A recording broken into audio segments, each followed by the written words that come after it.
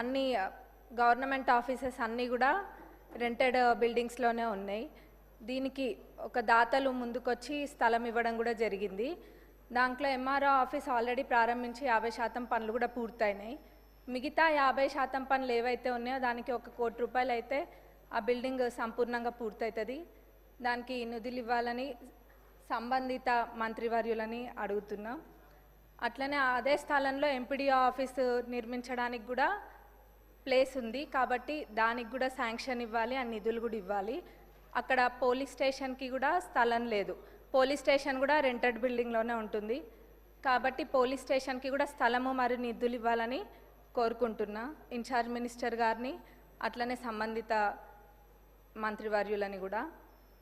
ఇంకా మా పాలకుర్తి నియోజకవర్గంలోని పాలకుర్తి మండల్లో బస్ స్టేషన్, ఆ బస్ స్టేషన్ అయితే ఎవరు పట్టించుకున్న నాదుడే లేడు ఇన్ని రోజులు.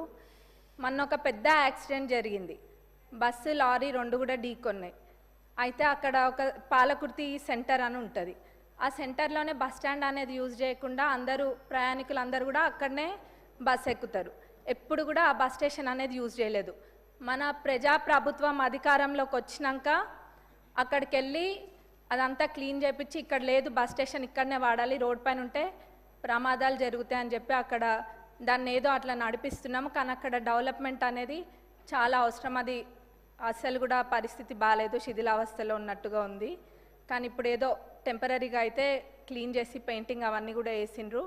ఆ బస్ స్టేషన్ డెవలప్మెంట్కి నిధులు ఇవ్వాలని ట్రాన్స్పోర్ట్ మినిస్టర్ గారిని, ఇన్ఛార్జ్ మినిస్టర్ గారిని కూడా అడుగుతున్నా. అట్లనే అన్నిటికన్నా ముఖ్యంగా మా పాలకుర్తి నియోజకవర్గ ప్రజల చిరకాలపు కోరిక దేవాదుల కింద ఉన్న ఫేజ్ 3 ప్యాకేజ్ 6లోని పాలకుర్తి మరియు చెన్నూరు రిజర్వాయర్లది. దాని ద్వారా మొత్తము 77,890 ఎకరాలకి సాగునీరు అందియొచ్చు. ఇది ఎంత నిర్లక్ష్యానికి గురైందంటే గతంలో అసలు మొత్తము 20-30% పనులు కూడా 10 ఏళ్లలో ఎప్పుడు కూడా పూర్తి కాలేదు. నేను గతంలో కూడా అడిగితే మన ఇరిగేషన్ మినిస్టర్ గారు సానుకూలంగా స్పందించి రివైజ్డ్ ఎస్టిమేట్ వేపిస్తే మొత్తం ఒక 1015 కోట్ల దాకా రివైజ్డ్ ఎస్టిమేట్ కూడా వచ్చింది. వారు దేవాదులలో ప్రత్యేక శ్రద్ధ చూపిస్తున్నారు మన ఇరిగేషన్ మినిస్టర్ గారు కూడా.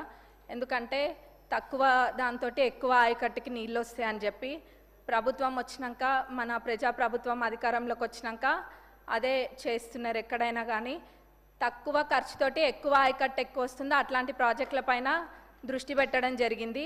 అందులో మా పాలకుర్తి చెన్నూరు ఇది దేవాదులది కూడా ఉంది. కాబట్టి దీనికి నిధులు కేటాయించాలని మన ఉప ముఖ్యమంత్రి వర్యులని, ముఖ్యమంత్రి గారిని, ఇన్ఛార్జ్ మినిస్టర్ గారిని, ఇరిగేషన్ మినిస్టర్ గారిని కూడా కోరుకుంటున్నాం. ఎందుకంటే ఇది మా ప్రజలు ఎప్పటి నుంచో కోరుకుంటున్నారు, ఎప్పుడు కూడా అది పడవబడే ఉంది.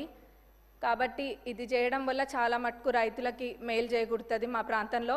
అందులో ఎక్కువ శాతం అంటే 45,000 ఎకరాలు, ఆ 77,000 ఏదైతే ఉందో అందులో 45,000 ఎకరాలు మా నియోజకవర్గానికి సంబంధించే ఉంది, 45,000 ఎకరాలు.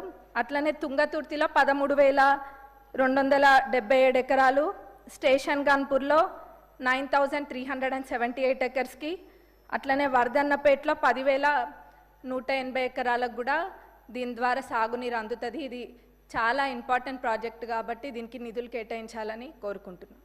ధన్యవాదాలు అధ్యక్ష. గౌరవ మంత్రి గారు. అధ్యక్ష, తమరి ద్వారా గౌరవ